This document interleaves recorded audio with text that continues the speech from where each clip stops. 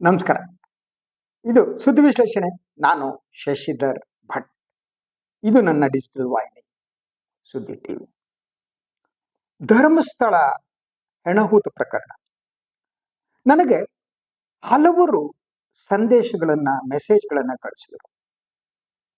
So ಕಳಿಸಿದವರು ಇಷ್ಟೇನೆ, ಧರ್ಮಸ್ಥಳದಲ್ಲಿ ಏನಾಗ್ತಾ ಇದೆ, ಒಂದೊಂದು ಚಾನಲ್ ಒಂದೊಂದು ರೀತಿ ಸುದ್ದಿ ಬರ್ತಾ ಇದೆ, ಈ ಬಗ್ಗೆ ನೀವೇನು ಮಾತನಾಡ್ತಾ ಇಲ್ಲ, ಏನಾಯ್ತು ಏನಾಯ್ತು ಏನಾಯ್ತು, ಆ ವಾಹಿನಿಯಲ್ಲಿ ಬಂದಿದ್ದ ನಿಜಾನ, ಈ ವಾಹಿನಿಯಲ್ಲಿ ಬಂದದ್ದು ನಿಜಾನ, ಇದು ಬುರುಡೆ ಪ್ರಕರಣವ, ಹೆಣಹೂತ ಪ್ರಕರಣವ, ಹೆಣ ಸಾಗಾಣಿಕೆ ಮಾಡಿದ ಪ್ರಕರಣವ, ಹೀಗೆ ಹಲವು ಪ್ರಶ್ನೆಗಳು. ಯಾಕಂದ್ರೆ ಈಗ 2 ದಿನಗಳ ಹಿಂದೆ SIT ಬೆಳತಂಗಡಿಯ ನ್ಯಾಯಾಲಯಕ್ಕೆ ಅಂತಿಮ ವರದಿಯನ್ನ ನೀಡಿದೆ ಅನ್ನೋದು. ಸೊ ಈ ವರದಿಗೆ ಸಂಬಂಧಪಟ್ಟ ಹಾಗೆ ಬೇರೆ ಬೇರೆ ಸುದ್ದಿಗಳು ಬರ್ತೊಡಗಿವೆ. ಸೊ ಆ ಕಾರಣಕ್ಕಾಗಿ ಹಾಗಿದ್ರೆ ನಾನು ಈ ಸುದ್ದಿಯ ಇನ್ವೆಸ್ಟಿಗೇಷನ್ ಹಲವು ಮಾಹಿತಿಗಳನ್ನ ಸಂಗ್ರಹಿಸೋಕೆ ಯತ್ನ ಮಾಡಿದೆ. ನನಗೆ ದೊರಕಿದಂತ ಮಾಹಿತಿಗಳನ್ನ ತಮಗೆ ತಲುಪಿಸ್ತೀನಿ, ಅದರ ಜೊತೆಗೆ ವಿಶ್ಲೇಷಣೆ ಮಾಡ್ತೀನಿ. ಸೊ ಏನಿದೆ, ಒಂದು, SIT ಸಲ್ಲಿಸಿರುವ ಅಂತಿಮ ವರದಿ ಏನಿದೆಯಲ್ಲ, ಅದು ಸಂಪೂರ್ಣವಾಗಿ ಸಾರ್ವಜನಿಕವಾಗಿ ಬಹಿರಂಗಪಡಿಸಿಲ್ಲ. ಆದ್ರಿಂದ ಎನಿಬಡಿ ಕ್ಯಾನ್ ಅದ್ರ ಬಗ್ಗೆ ಹೇಳ್ತಾ ಹೋಗ್ಬೋದು. ನನ್ನ ಮನಸ್ಸಿಗೆ ಬೇಕಾದಾಗ ನಾನು ಹೇಳ್ಬೋದು ಅನ್ನೋದು ಆ ಸ್ಥಿತಿ ನಿರ್ಮಾಣ ಆಗಿದೆ. ಈಗ ಅದು ನ್ಯಾಯಾಲಯದ ಒಂದು ದಾಖಲೆಯಾಗಿ ಉಳಿದುಕೊಂಡಿದೆ, ನ್ಯಾಯಾಲಯದಲ್ಲಿದೆ, ಮತ್ತು ಅದರ ಪ್ರತಿಯನ್ನ ಸಾರ್ವಜನಿಕರಾಗಿ ಬಿಡುಗಡೆ ಮಾಡಿಲ್ಲ. ಆದ್ರೆ ಕೆಲವರು ಆ ಪ್ರತಿಯನ್ನ ನೀಡುವಂತೆ ನ್ಯಾಯಾಲಯಕ್ಕೆ ಮನವಿ ಮಾಡಿದ್ದಾರೆ, ಇನ್ಕ್ಲೂಡಿಂಗ್ ಗಿರೀಶ್ ಮಠಣ್ ಅವರು ಕೂಡ. ಸೊ ಹಾಗೇನೆ ಅವ್ರು ಯಾರ್ಯಾರು ದೂರದಾರರಿದ್ದಾರೆ ಅವರು ಕೂಡ ಆ ಪ್ರತಿಗಾಗಿ ಕೇಳಿದ್ದಾರೆ. ಇವತ್ತು ನಾಳೆ ಹಾಗೆ ಪ್ರತಿ ಸಿಕ್ಬಹುದು. ಸಿಕ್ಕ ಮೇಲೆ ಆಗ ಇಡೀ SIT ವರದಿ ಏನು ಅನ್ನೋದು. ಆದ್ರೆ ಇದು ಇಷ್ಟಕ್ಕೆ ಸೀಮಿತ ಆಗಿಲ್ಲ. ನಾನು ಇವತ್ತು ಹೇಳೋಕ್ ಹೊರದು ಆ ವರದಿ ಅದರ ಏನೇನು ಪ್ರಕ್ರಿಯೆ ಏನಾಯ್ತು ಅನ್ನೋದು ಹೇಳ್ತೀನಿ. ಅದ್ರ ಜೊತೆ ನಾನು ಬಹಳ ಮುಖ್ಯ ಅನ್ಸೋದು, ಇದು ನೂತನ ಗೃಹ ಸಚಿವರಾದಂತಹ ಪ್ರಿಯಾಂಕ್ ಖರ್ಗೆ ಅವರಿಗೆ ಸವಾಲು, ಬಹುದೊಡ್ಡ ಸವಾಲು. ಅವರು ಈ ಧರ್ಮಸ್ಥಳದ ಪ್ರಕರಣವನ್ನ ಹೇಗೆ ಹ್ಯಾಂಡಲ್ ಮಾಡ್ತಾರೆ. SIT ಈಗಾಗಲೇ ಏನು ಮುಖ್ಯ ಕಾರ್ಯದರ್ಶಿ ಅವರು ಒಂದು ವರದಿಯನ್ನ ಸಲ್ಲಿಸಿದೆ ಅಂತ ಹೇಳಲಾಗ್ತಾ ಇದೆ. ಅದರಂತೆಯೇ ತನಿಖೆಯನ್ನ ಮುಂದುವರಿಸಬೇಕು ಅನ್ನುವ ಅಭಿಪ್ರಾಯವನ್ನು ವ್ಯಕ್ತಪಡಿಸಿದೆ. ಇದಕ್ಕೆ ಸಂಬಂಧಪಟ್ಟಂತೆ ಖರ್ಗೆ ಏನ್ ಮಾಡ್ತಾರೆ, ನಿಜವಾಗಿ ಅವರ ವ್ಯಕ್ತಿತ್ವ ಏನಿದೆ ಅದು ನಿಜವೋ ಹುಸಿಯೋ ಅನ್ನೋದನ್ನ ತೋರಿಸಬಹುದಂತ ಒಂದು ಕಾಲ ಬಂದಿದೆ. ಅದರಿಂದ ಬಹುದೊಡ್ಡ ಸವಾಲು, ಅದ್ರ ಬಗ್ಗೆ ನಾನು ಮಾತನಾಡ್ತೀನಿ. ಸೊ ಈಗ ಬಂದಿರುವ ಮಾಹಿತಿಗಳನ್ನ ಮೊದಲು ನಿಮ್ಗೆ ತಿಳಿಸೋದಾದ್ರೆ, SIT ಸುಮಾರು 7,005 ಪುಟಗಳ ಅಂತಿಮ ವರದಿಯನ್ನು ಸಲ್ಲಿಸಿದೆ ನ್ಯಾಯಾಲಯಕ್ಕೆ. ಇದರಲ್ಲಿ ಮೊದಲಿನ 3,923 ಪುಟಗಳ ವರದಿ ಹಾಗೂ ಹೆಚ್ಚುವರಿ ತನಿಖಾ ವರದಿಗಳಿವೆ, ದಾಖಲೆಗಳಿವೆ. ಆ ದಾಖಲೆಗಳನ್ನು ಸೇರಿಸಿ ಕೊಡಲಾಗಿದೆ. ಅದರ ಜೊತೆಗೆ ತನಿಖೆಯ ವೇಳೆ 225ಕ್ಕೂ ಹೆಚ್ಚು ಸಾಕ್ಷಿಗಳ ಹೇಳಿಕೆಯನ್ನ ಪಡೆಯಲಾಗಿದೆ.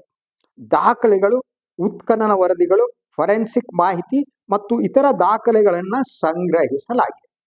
ಇದರಲ್ಲಿ ಬಹಳ ಮುಖ್ಯವಾದ್ದೇನು ಅಂದ್ರೆ, ಬಂಗ್ಲೆ ಗುಡ್ಡಕ್ಕೆ ಸಂಬಂಧಪಟ್ಟ ಹಾಗೆ ಅಲ್ಲಿ ಸಿಕ್ಕಂತ ಅಸಂಖ್ಯಾತ ಮೂಳೆಗಳು. ಹಾಗೇನೆ ಇನ್ನೊಂದು ಮಾಹಿತಿ ಬರ್ತಾ ಇದೆ, ಅದು ಕೂಡ ಈ ವರದಿಯಲ್ಲಿದೆ ಅಂತ ಹೇಳಲಾಗ್ತಾ ಇದೆ. ಏನು, ಈ ಇನ್ವೆಸ್ಟಿಗೇಷನ್ ಅಲ್ಲಿ ಯಾರ್ಯಾರು ಮಿಸ್ಸಿಂಗ್ ಕಂಪ್ಲೇಂಟ್ ಏನಿತ್ತು, ಮೊದಲು 73 ಕಂಪ್ಲೇಂಟ್ಗಳೇನಿತ್ತು, ಮಿಸ್ಸಿಂಗ್ ಕಂಪ್ಲೇಂಟ್. ಅದಾದ್ಮೇಲೆ ಕೆಲವು ಬಂದುವೋ ಇಲ್ವೋ ಗೊತ್ತಿಲ್ಲ, ಟೋಟಲ್ ಎಷ್ಟು ಅಂತ ಗೊತ್ತಿಲ್ಲ.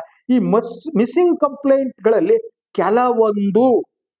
ಕೆಲವೊಂದು ಏನಿದೆ, ಯಾರು ದೂರು ಕೊಟ್ಟಿದ್ದಾರೆ ಅವರದಕ್ಕೂ ಅಲ್ಲಿ ಸಿಕ್ಕ ಮೂಳೆಗಳಿಗೂ ಕೂಡ ಸಾಮ್ಯತೆ ಕಂಡು ಬಂದಿದೆ. ಆದ್ರಿಂದ ಕೆಲವು ಮಿಸ್ಸಿಂಗ್ ಪ್ರಕರಣಗಳು ಇದರಲ್ಲಿ ಸಾಲ್ವ್ ಆಗಿದೆ ಅನ್ನೋ ಸುದ್ದಿ. Subject to confirmation, that is the news. So ಅದರ ಜೊತೆಗೆ ವರದಿಯಲ್ಲಿ ನಿರ್ದಿಷ್ಟ ತೀರ್ಮಾನಗಳು, ಯಾರ ವಿರುದ್ಧ ಯಾವ ಆರೋಪ ಅಥವಾ ಆರೋಪಗಳನ್ನು ದೃಢೀಕರಿಸಲಾಯ್ತೆ ಅಥವಾ ತಳ್ಳಿ ಹಾಕಲಾಯ್ತೆ ಅನ್ನೋದನ್ನ SIT ಅಧಿಕಾರಿಗಳು ಬಹಿರಂಗಪಡಿಸೋದಕ್ಕೆ ನಿರಾಕರಿಸಿದ್ದಾರೆ. ಸೊ ಯಾರು ಅಂತ ಹೇಳ್ತಾ ಇಲ್ಲ, ಯಾರ ಆರೋಪಿಗಳು ಏನು ಅಂತ. ಯಾಕಂದ್ರೆ ಈ ಪ್ರಕರಣ ಏನಿದೆಯಲ್ಲ, ಈ ಪ್ರಕರಣದಲ್ಲಿ 2 ಮುಖಗಳಿವೆ. ಇದಕ್ಕೆ 2 ಮುಖ ಇದೆ. ಒಂದು, ನಾನು ಹೇಳಿದಾಗ ಇದು ಹೆಣಹೂತ ಪ್ರಕರಣ, ಹೆಣ ಆಗ ಸಿಕ್ತು, ಏನಾಯ್ತು ಅನ್ನೋದು ಬಂತು. ಇನ್ನೊಂದು ನೆರೇಟಿವ್ಸ್, ಇದು ಬುರುಡೆ ಪ್ರಕರಣ ಅನ್ನುವ ನೆರೇಟಿವ್ಸ್ ಅನ್ನ ಸಿದ್ಧಪಡಿಸಿದ್ದು. ಆ ನೆರೇಟಿವ್ ಸಿದ್ಧಪಡಿಸುವುದರಲ್ಲಿ, ಆ ನೆರೇಟಿವ್ ಬರೋದ್ರಲ್ಲಿ ಇದೊಂದು ಷಡ್ಯಂತ್ರ ಅನ್ನೋರು ಇದನ್ನು ಬುರುಡೆ ಪ್ರಕರಣ ಅಂತ ಆಲ್ ಮಾಧ್ಯಮಗಳು, ಮೇನ್ ಸ್ಟ್ರೀಮ್ ಮಾಧ್ಯಮಗಳು ಇದಕ್ಕೆ ಸೇರ್ಕೊಂಡು ಇದು ಬುರುಡೆ ಅಂದ್ರೆ ಸುಳ್ಳು ಅಂತ. ನಮ್ಮಲ್ಲಿ ಬುರುಡೆ ಅಂದ್ರೆ ಕೇವಲ ತಲೆ ಬುರುಡೆ ಅಲ್ಲ, ಅದೊಂದು ಸಿಂಬಾಲಿಕ್ ಆದ್ದು. ಅದರಿಂದ ಎಲ್ಲೋ ಮಾನವನ ತಲೆಬುರುಡೆ ತೊಂದರೆ ತಂದಿದ್ದನ್ನ ಇವರು ಬುರುಡೆ ಅಂತ ಸೇರಿಸ್ಬಿಟ್ಟು ಮಾಧ್ಯಮಗಳು ಅದನ್ನ ಸುಳ್ಳು ಅನ್ನುವಾಗೆ ಬುರುಡೆ ಪ್ರಕರಣ ಅಂದ್ರೆ ಎಲ್ಲಾ ಸುಳ್ಳು ಭ್ರಮೆ ಅಂತ. ಇವರು ಯಾರು ಇಂತಹ ಹತ್ಯಾಕಾಂಡಕ್ಕೆ ಕಾರಣರಾದರೋ ಅವರನ್ನ ರಕ್ಷಣೆ ಮಾಡುವುದಕ್ಕಾಗಿ ಇದನ್ನು ಬುರುಡೆ ಪ್ರಕರಣ ಅಂತ ಕನ್ವರ್ಟ್ ಮಾಡಿತ್ತು. ಸೊ SIT ವರದಿಯಲ್ಲಿ ಬುರುಡೆ ಪ್ರಕರಣ ಅನ್ನುವುದು ಇಲ್ಲ. ಅಲ್ಲಿ ಇರುವುದೇನಿದೆ, ಆ ಸಿಕ್ಕ ತಲೆಬುರುಡೆ ಏನಿದೆ ಅದು ಬಂಗ್ಲೆ ಗುಡ್ಡದಿಂದ ತಂದಿದ್ದು ಅನ್ನೋದು ಸಾಬೀತಾಗಿದೆ. ಲ್ಯಾಬೋರೇಟರಿಯಿಂದ ಇನ್ನೊಂದು ತಂದಿದ್ದಲ್ಲ, ಬುರುಡೆಗೆ ಸಂಬಂಧಪಟ್ಟಿದ್ದಾರೆ. ಹಾಗೇನೆ ಏನು ಚಿನ್ನಯ್ಯ ಏನಿದೆ ಡಬಲ್ ಗೇಮ್ಗಳು ಅದು ಇದೆಲ್ಲ ಮೆನ್ಷನ್ ಆಗಿದೆ, ಅದು ಡಿಫ್ರೆಂಟ್ ಇಶ್ಯೂ. ಸೊ ಅದರಿಂದ ಇದು ಮೊದಲನೇದಾಗಿ ಬುರುಡೆ ಪ್ರಕರಣ ಅನ್ನುವುದೇ ಈ ಪ್ರಕರಣಕ್ಕೆ ಮಾಡುವ ಅವಮಾನ. ಇದು ಬುರುಡೆ ಪ್ರಕರಣ ಅಲ್ಲ, ಧರ್ಮಸ್ಥಳದಲ್ಲಿ ಸೊ 90ರ ದಶಕದ ನಂತರ ನಡೆದಂತಹ ಹತ್ಯಾಕಾಂಡದ ಪ್ರಕರಣ ಇದು. ಸೌಜನ್ಯ ಅನ್ನುವ ಯುವತಿಯ ಮೇಲೆ ಅಮಾನವೀಯವಾಗಿ ಅತ್ಯಾಚಾರ ನಡೆಸಿ ಅವಳ ಹೆಣವನ್ನ ಹಾಕಿ ಅವರ ಗುಪ್ತಾಂಗದ ಮೇಲೆ ಮರಳನ್ನ ಹಾಕಿ ಸಾಕ್ಷಿಯನ್ನ ನಾಶಪಡಿಸಿದ ಪ್ರಕರಣ. ಹಾಗೇನೆ ಪದ್ಮಲತಾ, ಆನೆ ಮಾವುತ, ಆತನ ತಂಗಿ ಆ ನೆಲವನ್ನ ಕಬಳಿಸೋದಕ್ಕೆ ಯಾರು ಯತ್ನ ಮಾಡಿದ್ರು? ಆನೆ ಮಾವುತ ಇದ್ದಂತ ಜಾಗದಲ್ಲಿ ಹೇಗೆ ಹೋಟೆಲ್ ಬಂತು? ಅದರಿಂದ ಈ ಪ್ರಕರಣಕ್ಕೆ ಬೇರೆ ವ್ಯಾಪ್ತಿ ಇದೆ, ಕೇವಲ ಬುರುಡೆ ಅಲ್ಲ. It has A different dimension. ಇದನ್ನೆಲ್ಲ ಪತ್ತೆ ಮಾಡಬೇಕಾಗಿದೆ. ಇದು ಬಹಳ ಮುಖ್ಯವಾದ್ದು. ಅದರಿಂದ ನಡೆದಂತ ಹತ್ಯಾಕಾಂಡ.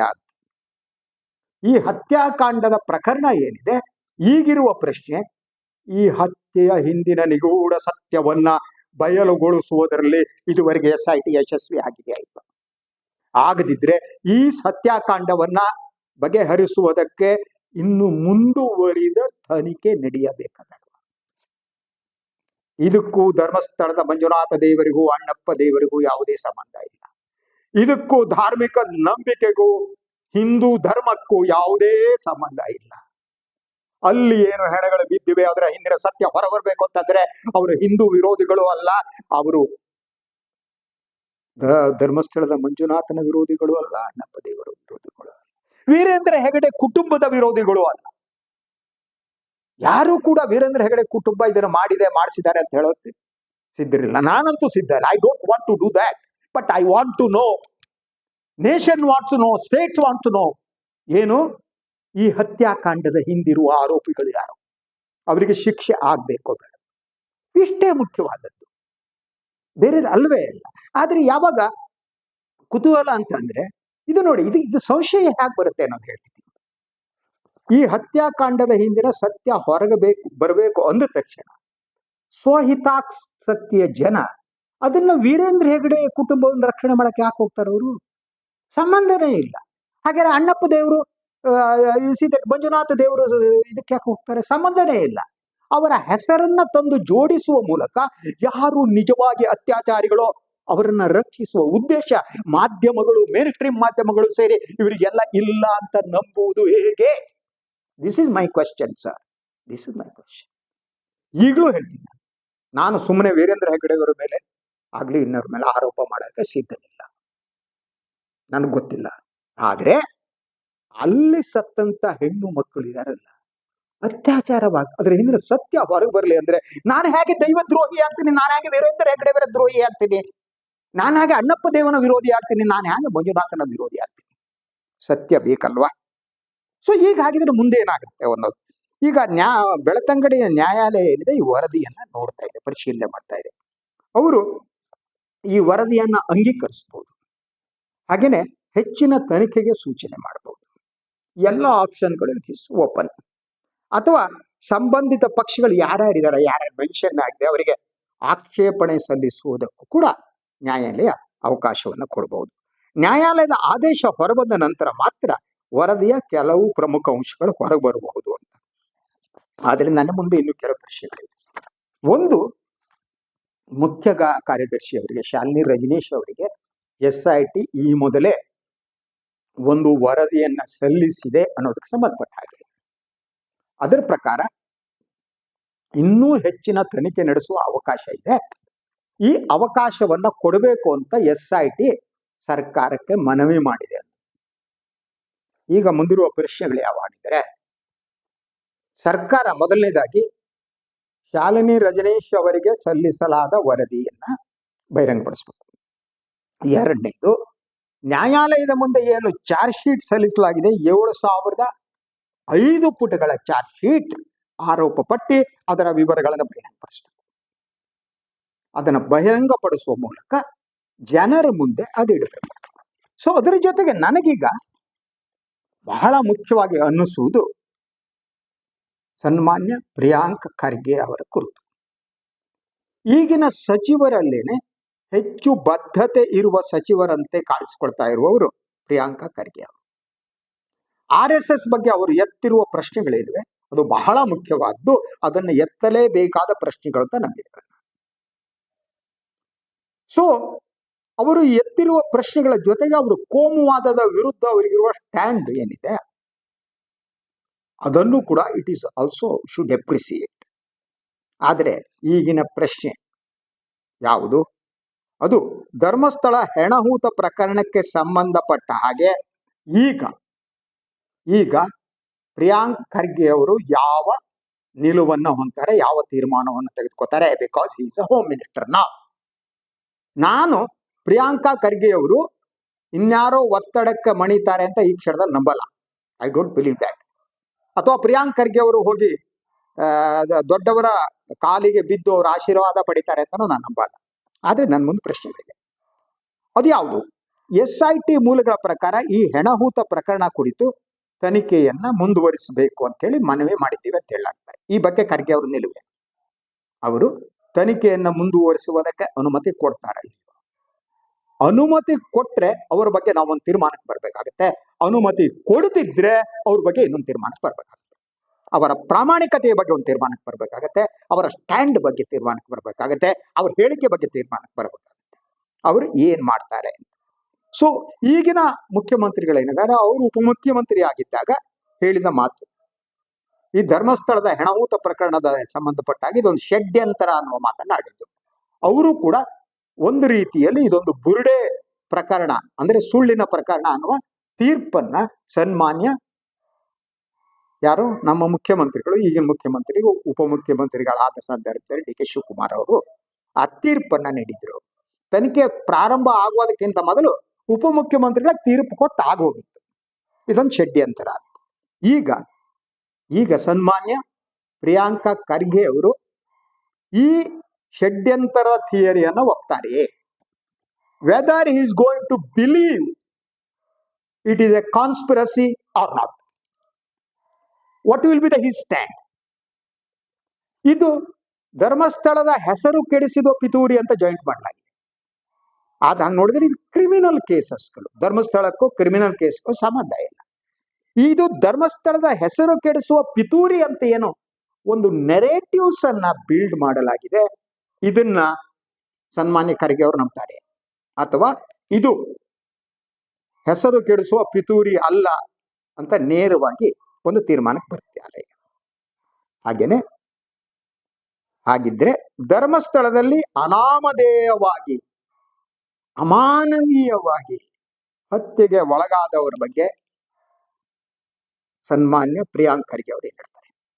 ಅವರ ಸಾವು ಏನಿದೆ, ನೂರಾರು ಸಾವುಗಳು, ಹತ್ಯೆಗಳು ನಡೆದು ಹೋಗ್ಬಿಟ್ಟು ಮಾಡಿದವರು ಯಾರು ಅಂತ ಗೊತ್ತಾಗದಿರುವಂತ ಸ್ಥಿತಿಯಲ್ಲಿ ಆ ಸಾವುಗಳ ಹಿಂದಿನ ಸತ್ಯವನ್ನ ಹೊರಗೆ ತೆಗೆಯುವುದಕ್ಕೆ, ಸಮಾಧಿಯ ಒಳಗೆ ಭೂಗತವಾದಂತಹ ಸತ್ಯವನ್ನ ಎತ್ತಿಡುವುದಕ್ಕೆ ಒಳಗಡೆ ನರ್ತನ ಮಾಡುತ್ತಿರುವಂತಹ ಪ್ರೇತಾತ್ಮಗಳು ಅನ್ನಿ ಇನ್ನೊಂದನ್ನೇ ಅದರ ಬಗ್ಗೆ ಎತ್ತಿ ತೆಗೆದು ಹೊರಗಿಡುವ ಶಕ್ತಿ ಪ್ರಿಯಾಂಕ್ ಖರ್ಗೆ ಅವರಿಗಿದೆಯಾ? ಹಾಗೇನೆ ಸೌಜನ್ಯ, ಪದ್ಮಲತಾ, ಆನೆಮಾತ, ಅವನ ತಂಗಿ, ಈ ಹತ್ಯಾ ಪ್ರಕರಣಗಳಲ್ಲಿ ತಪ್ಪಿತಸ್ಥರಿಗೆ ಶಿಕ್ಷೆ ಯಾಗಬೇಕು ಅಂತ ಹೇಳಿ ಸಾಮಾಜಿಕ ನ್ಯಾಯದ ಪ್ರತಿಪಾದಕರು, ಅಂಬೇಡ್ಕರ್ವಾದಿ ಆದಂತ ಪ್ರಿಯಾಂಕ ಖರ್ಗೆ ಅವರು ಯಾವ ಸ್ಟ್ಯಾಂಡ್ ತಗೋತಾರೆ? What will B his stand?